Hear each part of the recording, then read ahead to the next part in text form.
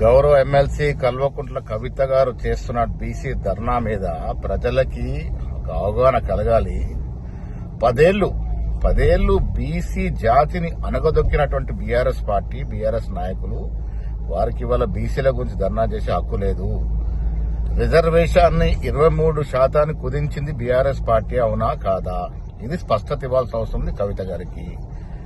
బీసీకి సంబంధించిన organisations, department అన్నిటి కూడా నిధులు కోతపెట్టి నానా ఇబ్బందులు గురి చేసింది బీఆర్ఎస్ ప్రభుత్వమా కాదా? ఇది స్పష్టత ఇవ్వాల్సిన అవసరం ఉన్నది.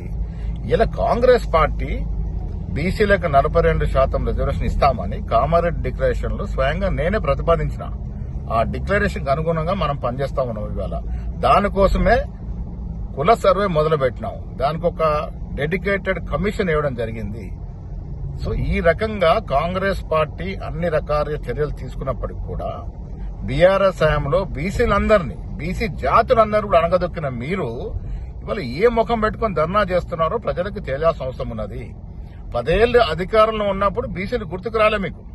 10 ఏళ్లు అధికారంలో ఉన్నప్పుడు మీరు అగ్రవర్ణాలకి అంకితమైనటువంటి మీ కార్యక్రమాలు ఇవాళ మీకు బీసీల గురించి మాట్లాడే అర్హత ఎక్కడిది అని అడుగుతా ఉన్నాను. కొంచెం అన్నా జ్ఞానం ఉండాలి బీసీల గురించి ఇవాళ మీరు మాట్లాడడంలో.